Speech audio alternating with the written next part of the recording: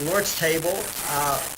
What is the Lord's table here? Clearly, it's not the communion table that we think of, but there's two mentions of it here, and it pretty much connects the Lord's table with the altar.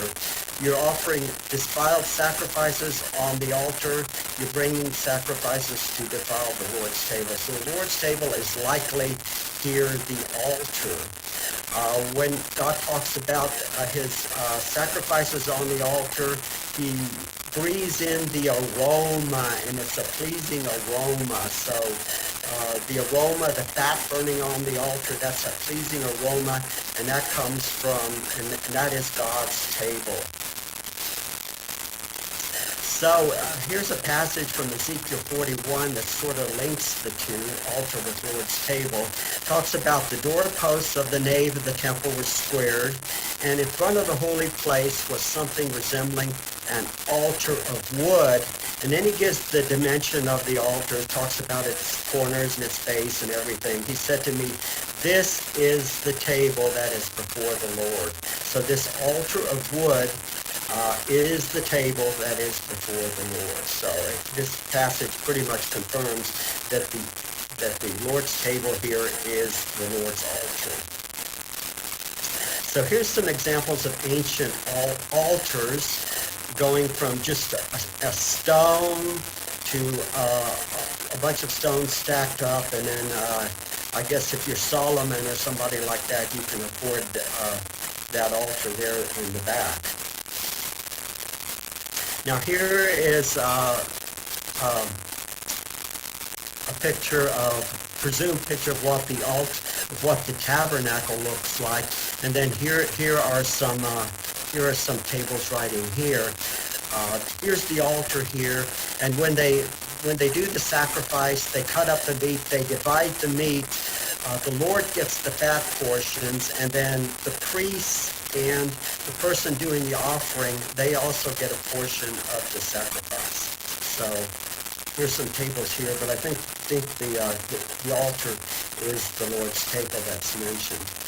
And then here's Zerubbabel's temple, which also has some tables here. This is a depiction. It's interesting with regard to the three temples, Solomon's, Zerubbabel's, and Herod's. The only thing we know about Zerubbabel's temple, there's one verse in Ezra, one or two verses.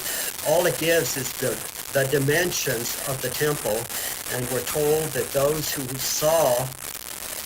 were familiar with who had seen Solomon's table were crying because, this temple they're going to get now is nothing compared to the temple they saw under Solomon.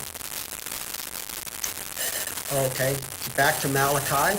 "But you say, what a weariness this is, and you snort at it, says the Lord of hosts. You bring what has been taken by violence, or is lame or sick, and this you bring as your offering." Can you imagine? You're violating one of the Ten Commandments to steal your offering to present before the Lord. Is he going to accept something that you have stolen? "Shall I accept that from your hand, says the Lord? Cursed be the cheat who has a male in his flock and bows it, and yet sacrifices to the Lord what is blemished.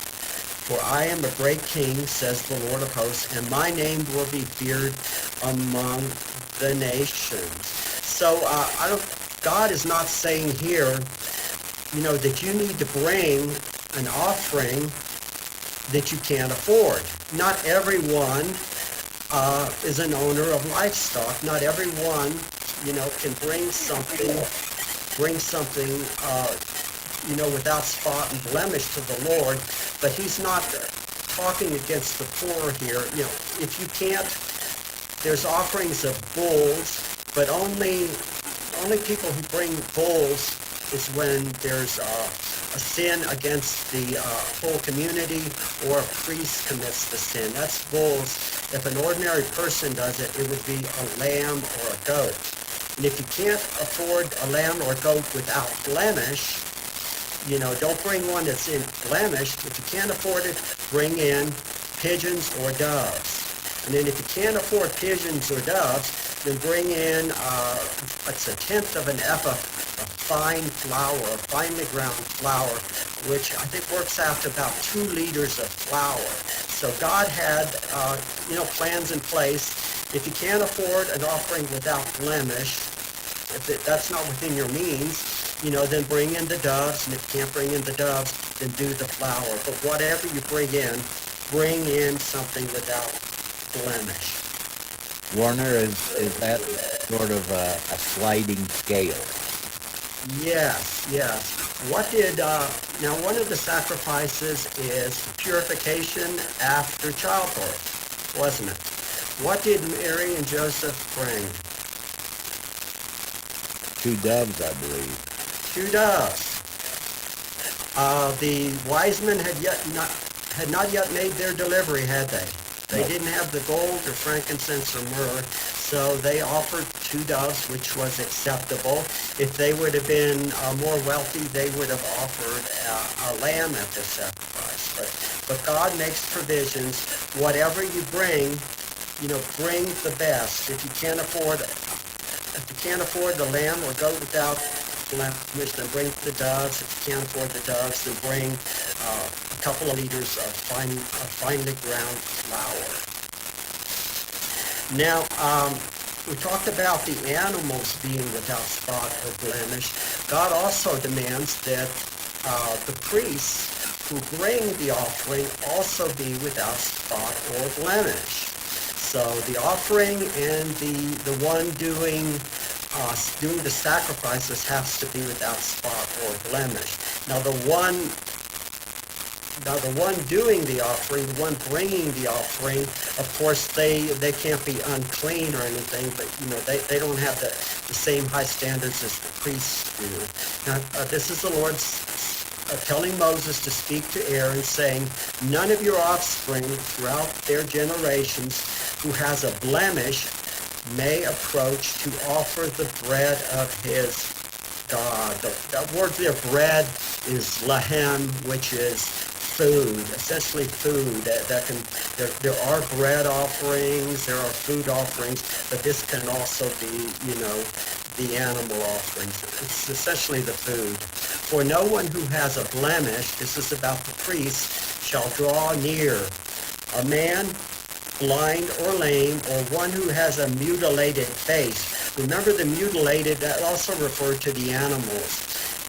One who has a mutilated face, or a limb too long, one who, I guess, walks with a limp, or a man who has an injured foot or an injured hand. Now, some of these are permanent, injured foot or injured limb. I guess if you do that, you do not serve at the temple, but once you're well again, you can pronounce clean and you can offer sacrifice, and then you can again serve at the Lord's temple. But this one here is kind of interesting. Mutilated face. One who has a mutilated face cannot serve.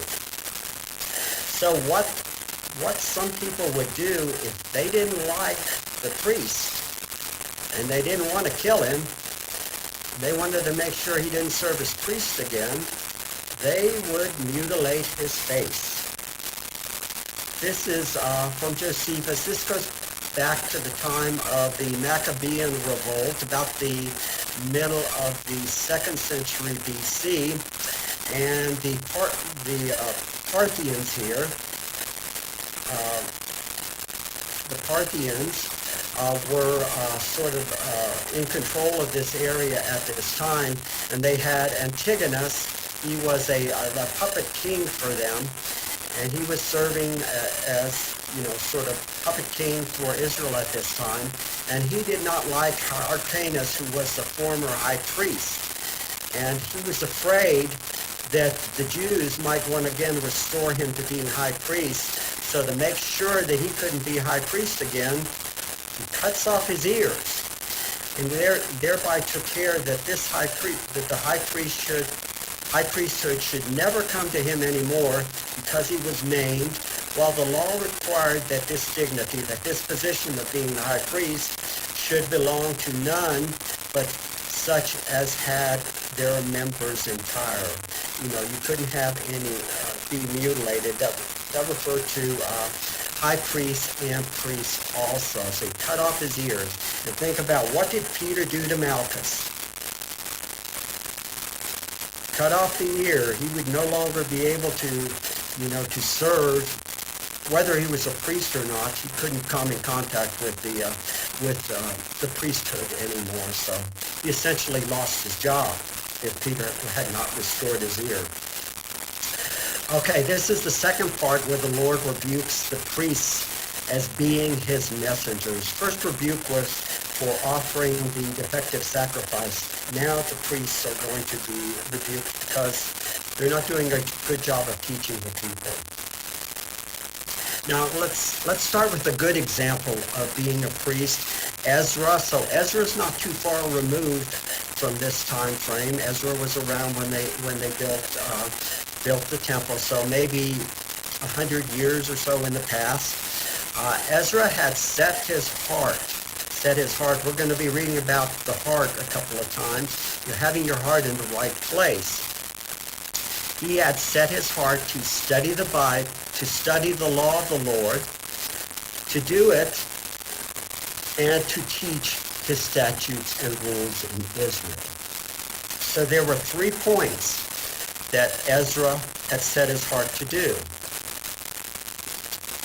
First, to study the law. Study what the Lord wants. Become very familiar with particularly Leviticus, Numbers, and Deuteronomy. Know what's in the law. In order to teach the others, you have to know what's in there yourself. Second, to live the law yourself. Be a good example. How can you teach it, if the people consider yourselves to be the hypocrite? Jesus talked about this in Matthew 23. He begins Matthew 23 by criticizing the scribes and the Pharisees. And Jesus said to the crowds and to his disciples, the scribes and the Pharisees sit on Moses' seat. So do and observe whatever they tell you, but not the works that they do. For they preach, but do not practice. So the scribes and the Pharisees were hypocrites in that they taught the people what to do, but they didn't do it themselves. So the people, how do you respect someone when they do that? We see some of that today when our leaders, our mayors and governors and everyone say, when you're celebrating, just stay within your family, don't go out wearing masks and all that, and they tell you all to do. And then it's reported on the media where they violated. They went to a party around a lot of people. They weren't quarantining themselves. They were getting within 6 feet, and they weren't wearing masks. So they're telling you one thing to do, and yet they violated themselves. And then finally, teach the law to others. Once you know the law, and once you show that you can live it, once the people respect you for living it, then you can teach it to others and expect others to obey it because you're obeying it. Okay, chapter 2. And now, O priest, this command is for you. It's an if-then command. If you will not listen, if you will not take it to heart, lay it to heart. To give honor to my name, says the Lord of hosts, then I will send the curse upon you, and I will curse your blessings. Indeed, I have already cursed them because you do not lay it to heart. Now, we're not told specifically what the curse is that he is mentioning here, but Deuteronomy chapter 28 mentions the blessings for obedience and the curses for disobedience. And the curses are 54 verses, so I'm not going to read them, but there are 54 verses of curses for disobedience. Covers every aspect of life, from work life to your worship to your family life. So, if you don't obey, then you're going to get some of these curses here, which hopefully the priests should have been teaching them. Indeed, I've already cursed them because you do not lay it to heart. Behold, I will rebuke your offspring and spread dung on your faces, the dung of your offerings, and you shall be taken away with it. So when they had sacrifices, of course, they had the intestines which contained the dung, and that's not to be part of the sacrifice, but that was to be taken outside the camp. So the Lord's saying, you're going to have this dung on your faces, and then you're going to be taken outside the camp. So you need to listen. You need to give honor to my name. Otherwise, I'm going to curse your blessings, rebuke your offspring, and spread dung on your faces. So listen and give honor to my name, and these things won't happen to you. So here's the offering that the priests were to present on the Lord's table on the altar. And I won't read it, but it involves pretty much a lot of fat here. Fat of the bull, the fat that covers the entrails, the fat on the entrails, and the fat that is on the loins. And I guess the Lord likes fat. It's up to me. You can have that. And the priest shall burn these on the altar of the burnt offering. So this is what the Lord wants. The fat, supposedly the fat on the grill, the aroma is pleasing to the Lord. Now what happens to the other stuff?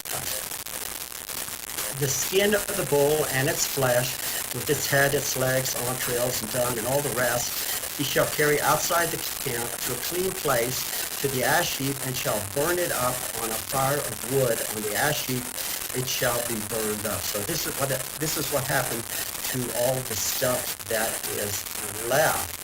And there's possibility later on that what the priests were doing to make a little extra money, they said, why burn the skin of the bull in the fire? We can sell it to the tanners and make money.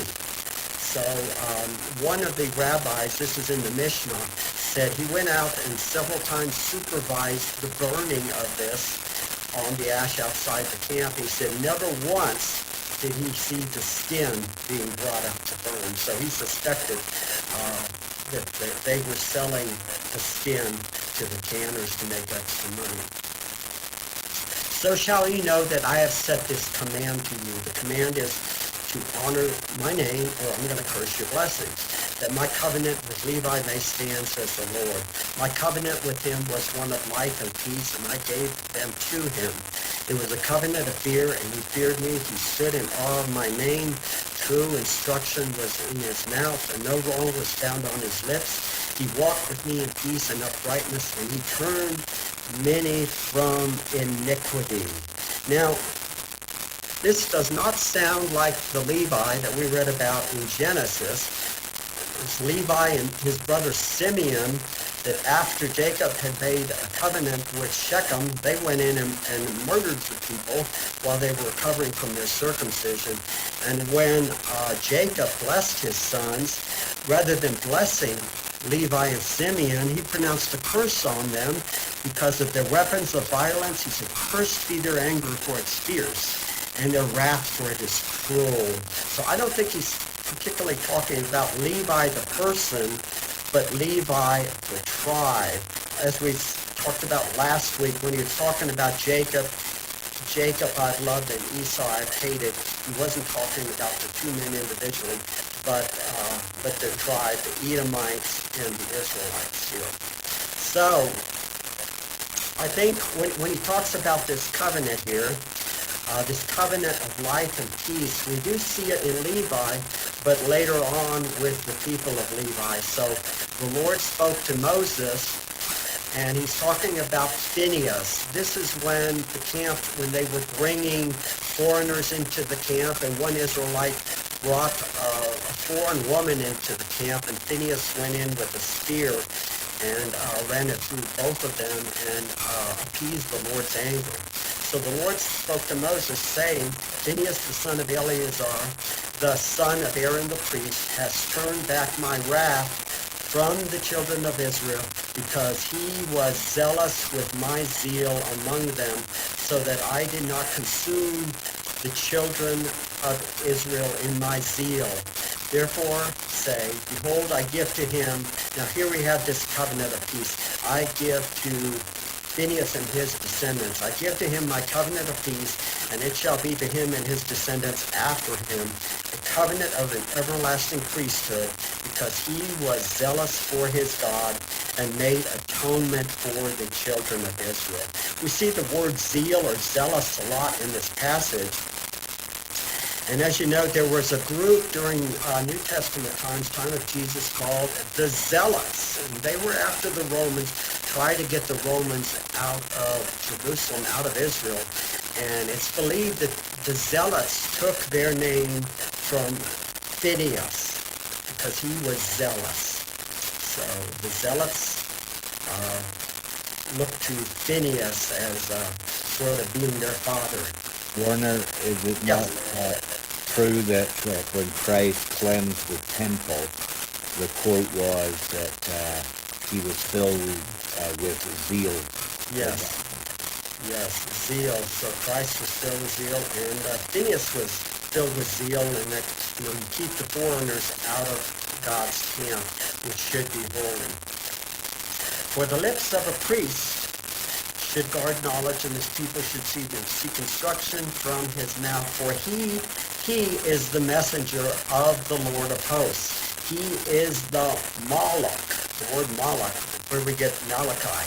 For he is the messenger of the Lord of hosts. But you have turned aside from the way. You have caused many to stumble by your instruction. You have caused many to stumble by your instruction. What did Jesus say about people who cause others to stumble? He said it'd be better for a millstone to be tied around their neck and be cast into the sea. You have corrupted the covenant of Levi, says the Lord of hosts. And so I make you despised and abased before all the people. You've despised my name.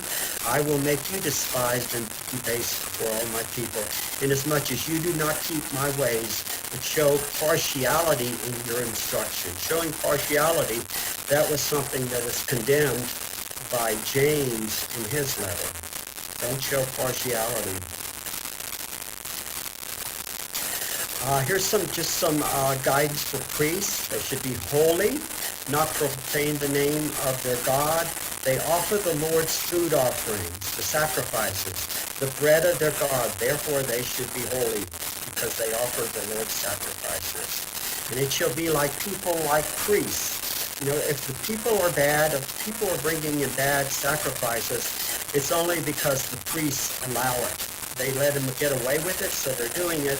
The priests, they got a part of the sacrifice.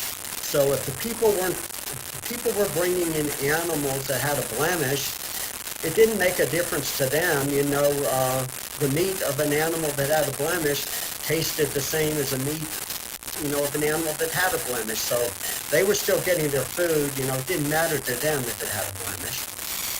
You are to distinguish between the holy and the common, and between the unclean and the clean. You're to teach the people of Israel all the statutes that the Lord has spoken to them by Moses. And it'd be good if you were like Ezra, to teach and be an example yourself. This is my 5-minute warning. So, priests, you need to study, then set the example yourself, then teach. If you set the example yourself, they won't consider you to be a hypocrite. So, let's look at some of the earlier sins, just a couple of them to finish this out here. This is nothing new here, what the priests were doing here. Some poor choices remember Nadab and Abihu, they're mentioned in Leviticus 10. Offered unauthorized fire in their censers. Whatever it was something that God didn't command. Offered fire that the Lord had not commanded. Result, death. Fire from the Lord consumed them. But doing something that the Lord had not commanded resulted in their death. Think of Moses. When he struck the rock, he did something that the Lord had not commanded. And that, unfortunately for him, for all the good he did, because he did that, something the Lord had not commanded, the Lord did not allow him to go into the land. He could see it, but he died before he was able to cross the Jordan. So that makes you wonder, if God was so strict that don't do anything that I haven't commanded, is he that way today? He was that way during the message to the seven churches, but what about when in worship today people do what the Lord has not commanded? Is he pleased with them, or is it the same as it was here? Hophni and Phinehas, these were the sons of Eli. Some of their infractions, they slept with the women serving at the tabernacle. God called them worthless. They would not heed their father's instruction. They treated the Lord's offering with contempt. They robbed the Lord of his food. Not good. Result, death. They died in battle with the Philistines on the same day that they lost the Ark of the Covenant. Now let's look on this. Stealing the Lord's food. The people didn't have a problem with bringing in blemished offerings. They brought in good offerings, but the priests would not let them present it to the Lord. Now the sons of Eli were worthless. They did not know the Lord. The custom of the priests, now it says the custom, it doesn't say the command of God, but the custom of the priests with the people was what? When anybody brought in their sacrifice, the priest servant would come, and while the meat was boiling with a three-pronged fork in his hand, he would thrust it into the pan or kettle or pot, and he would pull out the meat. All that the fork brought up, the priest would take for himself. This was what they did at Shiloh. This is where the tabernacle was at this time, to all the Israelites who came. So this cauldron contained the meat that went to the priest and the meat that the sacrifice offerer would take was in this cauldron. And the priest servant came and took out the parts of the priest. Before the fat was burned, the priest's servant would come and say to the man who was sacrificing, "Give meat for the priest to roast, for he will not accept the boiled meat from you, but only the raw." This raw meat is what's going to be presented on the altar for the Lord. This was the Lord's portion. And if the man said to him, "Let them burn the fat first, then take as much as you wish," he would say, "No, but you must give it to me now, and if not, I will take it from you by force." So the man was trying to do good. The man who brought the sacrifice, he brought a good sacrifice, and then they cut it up, and the part that was going to be presented on the altar for the Lord, the priest wants it for himself, and the man is saying, "No, let me give the part for the Lord first, and then you could take it." But no, the priest took the part for the Lord. Said, "You must give it to me now, and if not, I will take it by force." There was that passage we had here, cursed is the person who takes his sacrifice by violence. He's taking it by force, something that the person wants to give to the Lord. Thus the sin of the young men was very great in the sight of the Lord, for the men treated the offering of the Lord with contempt. Now Eli was old and was hearing all that his sons were doing, so he tries to correct the sons, but I think it's too late. They would not listen to the voice of their father, for it was the will of the Lord to put them to death. They were beyond help at this point. And Eli had let them do this their entire lives, and too late to correct them now. So when they went into battle, they took the ark into battle against the Philistines, and they captured the ark. And then the news comes back to Eli that his sons were dead, and that the ark of the covenant was in the hands of the Philistines. When Eli heard about this, he fell over backward from his seat by the side of the gate, and his neck was broken, and he died. For the man was old and heavy. He had judged Israel for 40 years. He was old and heavy. Why was he heavy? Eating all that fat. So even though he himself did not do this.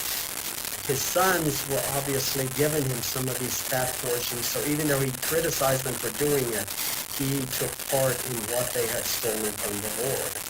Warner, heavy and overweight. Overweight, yes, he was heavy. Or was he heavy with grief, or what? No, he was overweight because he had partaken in the sins of his sons. Okay, so next week, different passage, and we don't have a teacher yet for next week, so I think for the rest of the quarter. That will be me. All right, so next week, does God... So we have that passage about I hate divorce, and not all scriptures have the same reading on that. All right, so I guess Gordon has it next week then. All right, thank you for listening to me, and have a safe trip to the building if that's where you're going. Otherwise, have a good day. Many thanks, Warner. That was a great class. All right, thank you. I'm going to stop sharing.